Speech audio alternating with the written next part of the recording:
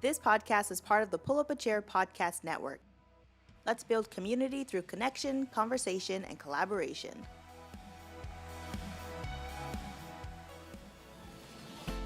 Welcome to How's That Working For You? where We spill the tea about relationships, millennial adulting, or whatever else life decides to chuck at us.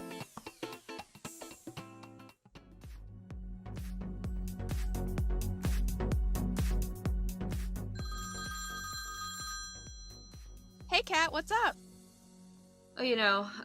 Quarantine. I think that's what's up for everybody right now. Not just me, but yeah, quarantine, which is interesting because it hasn't really changed our friendship in any way, right? Right now, everybody is being forced to speak to their loved ones via video chat and phone calls and texting. But we've been doing that since you started grad school. Which was in August 2019 was when I started grad school. But yeah, ever since that, I felt like our friendship really began February 2nd of 2019. Yeah, actually, we met in college, and we sort of became friends on the very last day of commencement ceremony when you walked the stage. Literally, we had always kind of, we were closer than acquaintances, but we were never, close friends. We wouldn't hang out, but we'd always exchange pleasantries. Yeah, I consider, at that point, I would have considered you more than just an acquaintance.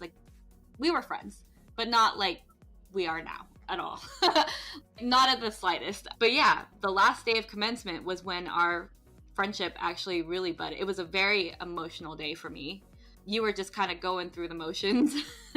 Yeah, and then, like you were saying, we became close friends in February 2019, last year. Yeah, of 2019, because both of our lives just kind of went sideways for a little bit.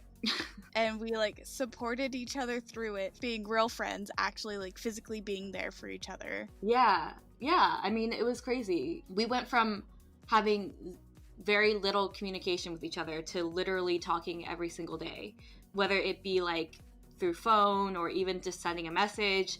But I lived with you for 3 weeks at a time at one point. It was a glorious 3 weeks. My hamster thought you were food, obviously. It's true. Your hamster terrified me. But yeah, it's interesting to see how our friendship kind of budded. We're very different people. We couldn't be more different, I feel like. Yeah, absolutely not. When I met you, well, not when I met you, but when we became friends, I would describe you as a yoga Instagram influencer. I guess, an aspiring one. Well, you had a pretty fair following for a while there, and you were doing those, yoga challenge. Yeah, the challenge thing. Giveaway. Yeah. I was really working on my social media. I was focusing on it a lot. But as our lives kind of imploded, like you had said, social media became less of a priority for me. But yes, since meeting you, I became a part-time instructor, and so I guess not everything has changed. No, now you're an actual guru instead of an Instagram guru. Guru is an interesting word to describe it, but I'll take it.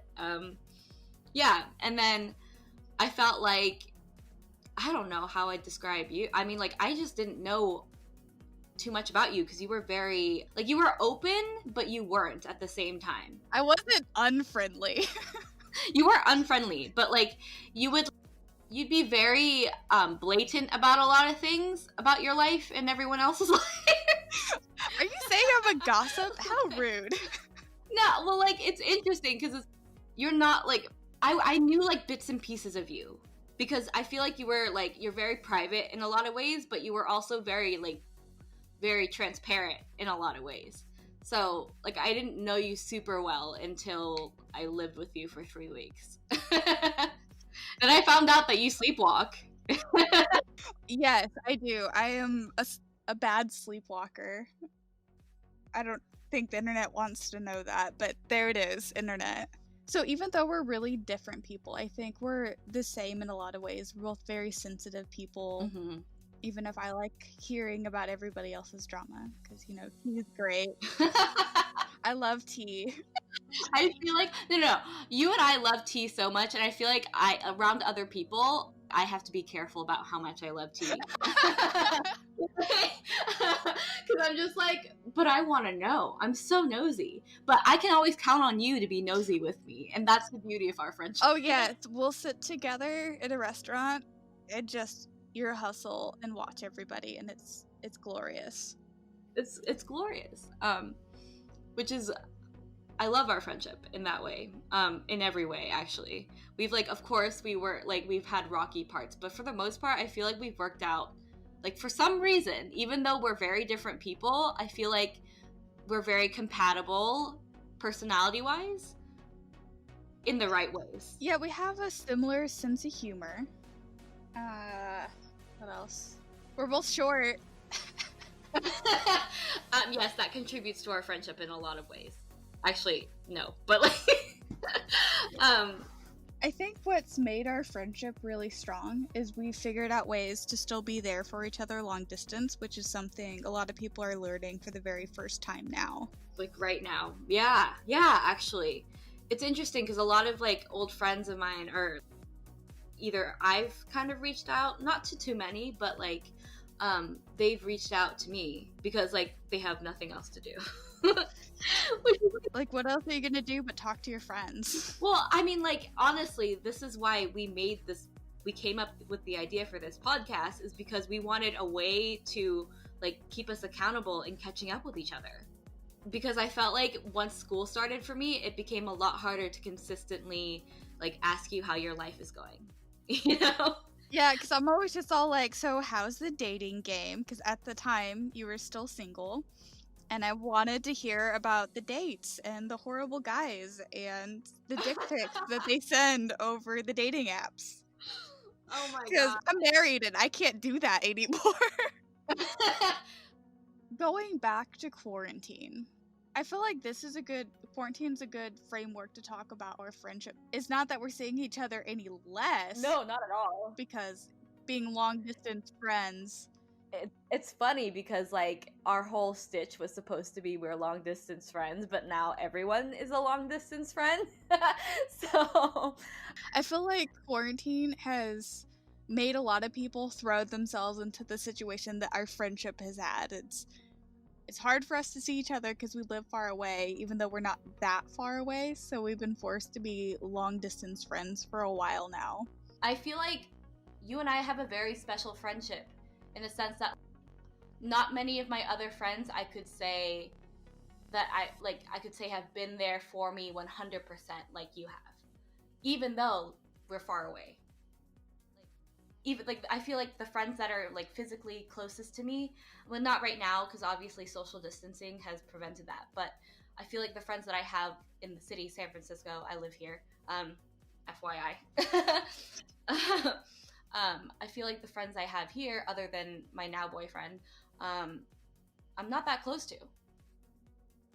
You and I, even though we're super far apart, I feel like we're super close, right? Yeah, I feel like our friendship has grown the most when we're physically distanced from each other, and it's not because when we're together we don't get along. I think it's because when we're not together, we feel an effort to make more of an effort to maintain the friendship. And I know part of that is I didn't think that we were going to stay friends because I'm like that. I'm negative. Okay, let's focus on this for like a Oh god. You thought that I was going to, quote, never come back at one point. Well, you were living with me, you were my cat, and then all of a sudden you were leaving to go back to this awful guy, and it's like, oh god, I'm never gonna see her again. You saved me from him, and I'm not with him anymore. It's not like, it's just like, come on. Alright, you proved me wrong, and I will admit that I was wrong. Our friendship did last. I mean, that's tricky. It's tricky because, like, in a lot of abusive relationships, I can see why people would distance from their close friends because they're trying to protect the toxic piece of trash that they're dating. And on a future episode, we'll dive deep into toxic relationships because I got a lot to say. Fine. I mean, just for the record, I am now in a very healthy and loving relationship. Yes, and I wish we started this podcast before that so we could have talked about your dating life a little bit more because it was very juicy. I know, it's kind of sad. Well, not sad at all, actually, but like it's kind of, we kind of had to rethink our theme, like the general direction of our podcast, because it really was going to be all the tea about my like terrible dating life and my poor choice in men. Like, which is, you know, I mean, fair enough. We're more interesting than that. Like, but yeah, I thought, and honestly, like now thinking about the quarantine, that would have been impossible anyway, unless like I was gonna be like, stupid trash and like come over to other people's places during the quarantine, which I never would. So good advice when it comes to long distance friendships. I would say the most important thing would be making an effort, even if it's just texting somebody a meme, because I feel like we went a couple months where we only talked via memes. Yes. Oh my gosh, memes are like not classic, or like a very effective form of communication, if I might say so myself. Someone could probably write an entire thesis on how meme culture has changed society. Like, Sometimes just saying, hi, how are you, isn't really a conversation starter, because sometimes people don't have anything going on. It's like, I'm doing the same as I was the last time we talked. well, yeah, I mean, also, like, it's also, like, to counter that, it's also really an effective way to, like, even if, like, for a split second, this person enters your mind. Like, I'll like, oh yeah, V would like that, you know? And I'd just be like, hey, how are you doing? Like, just take that split second to message that person, otherwise you're gonna forget, you know? Oh yeah, I know. My memory's trash. No, but it's just like I think that's my piece of advice for right now, is that like if you think of a friend, like anything pops up. Oh, I went to Taco Bell the other day. V loves Taco Bell. I love how I associate you with Taco Bell. You are not the only one who does that, apparently. But yeah, I don't necessarily have to say like, hey V, I'm having Taco Bell and thinking about you.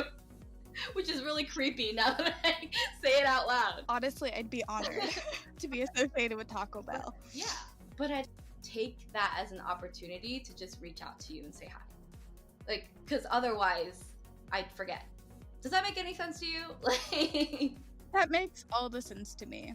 yeah. Also, I was trying to touch on how, like, our friendship is so strong because we are 100%, for the most part, like, within reason, there for each other. I mean, obviously, I would not support you going, like, becoming a drug lord, you know? Let's say I did become a drug lord and I am smuggling the good stuff. I would, you know, I'd be emotionally supportive, but I would not support your entrepreneurial goals. Okay, and let's say you murdered this new boyfriend of yours. I would totally be there to help you hide the body. Yes. I would appreciate that, but I never would do that. Jordan, I would never murder you. Just in case he listens to this eventually. But yeah, like, you are the type of friend that I absolutely would contact if I needed something of that nature. Of the murderous nature. Well, yeah, that's another thing we have in common. A morbid curiosity into true crime. That's true. That's what a beautifully eloquent way to describe that. You can thank my husband for that, because that's how he describes my curiosity. Oh my gosh, it's more like an obsession though. I'm just saying, as an armchair detective, one day I'm going to solve a case from the comfort of my computer. I support that. I support that, and I will happily watch your content. Our last piece of advice. It's okay. I would say that the last piece of advice, it's okay that you're feeling however you're feeling, and know that this isn't going to last forever. Oh, I love that, because I feel like there are so many mornings where I would call you in just a fit of tears, and I can't explain to you how comforting and like how comforting it is to know that you're just there without judgment, you know? And I feel like there are a lot of people who are very quick to just be like, no, you shouldn't be like that. Or they say like, you should do this, like give advice right away. But I think it's more important to just be there. Yeah, I agree. And however you're feeling, listeners, is okay. And hang out with us every week. We're posting on Mondays going forward. And we're just going to be here to hang out and be friends. Yes. Be friends and talk about like all the weird shit. Next week, we're talking about either Love is Blind or Tiger King. And then we'll do the other one the following week. So fun stuff is to come. Absolutely. Catch up with me and V every Monday as we talk about the struggles of millennial adulting, romance, or whatever else life decides to chuck at us on your favorite podcast directory.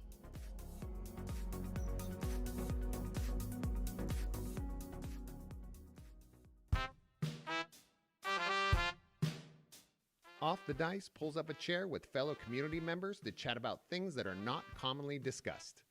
Randomness guaranteed, and we get to know one another. The humans who tag along with us may vary, yet we all come together through gaming. Off the Dice is a Time to Tabletop production hosted by Time to Tabletop's very own Riza Cole And Scooter Hamilton. New episodes drop every other week, so pull up a chair and let's talk off the dice.